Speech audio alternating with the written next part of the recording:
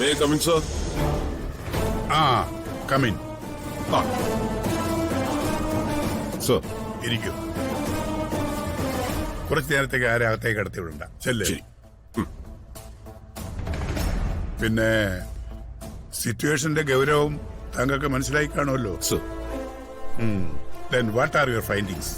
Sir, as per the reports, Oh, മൃതദേഹം ഗായിക ശ്യാമയുടേതാണെന്ന് ഏറെക്കുറെ ഉറപ്പിക്കാൻ സാധിച്ചിട്ടുണ്ട്. okay.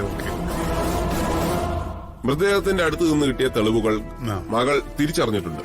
ഓഹോ.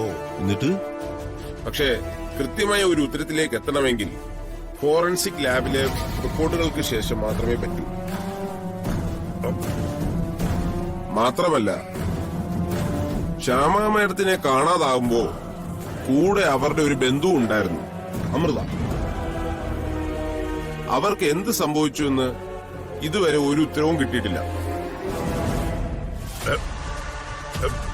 Mr. DGP, you are the chief of the total police force.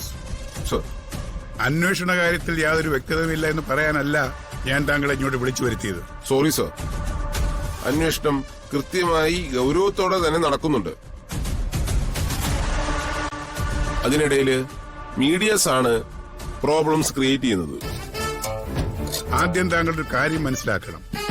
എപ്പോൾ വേണമെങ്കിലും പൊട്ടിത്തെറിക്കാവുന്ന ഒരു ബോംബാണ് ഈ സോഷ്യൽ മീഡിയ എന്ന് പറയുന്നത്. സർ, പ്രത്യേകിച്ച് ശ്യാമ എന്നൊരു സെലിബ്രിറ്റിയുടെ കാര്യത്തിൽ അത് ആളി കത്തുക തന്നെ ചെയ്യും. സർ, സോ എല്ലാ നീക്കങ്ങളും കരുതലോടെയായിരിക്കണം.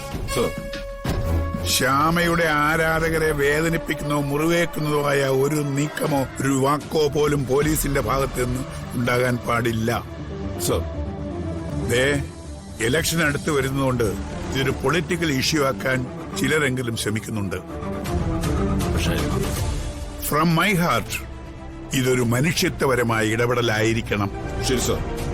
ഗായിക ശ്യാമയുടെ കാര്യത്തിൽ, അവരെ സ്നേഹിക്കുന്ന ആരാധകരുടെ കാര്യത്തിൽ വോട്ടിനെ കുറിച്ചുള്ള ചിന്ത എന്റെ ഭാഗത്തില്ല. Sir. You have got full freedom. Within 24 hours ഈ പ്രശ്നം സോർട്ട് ഔട്ട് ചെയ്യാൻ നിങ്ങൾക്ക് കഴിഞ്ഞിരിക്കണം. It is my request and order. Okay sir. Sir, body ബന്ധുക്കൾ ആവശ്യപ്പെടുന്നുണ്ട്. പക്ഷേ വിട്ടുകൊടുക്കാൻ പറ്റാത്ത അവസ്ഥയാണ് നമ്മുടെ മുന്നിലുള്ളത്. ഞാൻ പറഞ്ഞല്ലോ, എന്തെങ്കിലും മാർഗമുണ്ടെങ്കിൽ അവരുടെ ആവശ്യങ്ങൾ പരമാവധി സാധിച്ചു കൊടുക്കാൻ ശ്രമിക്കണം. Sir. See further matters left to you. Yes sir. Okay. Okay sir. All the best. Thank you sir.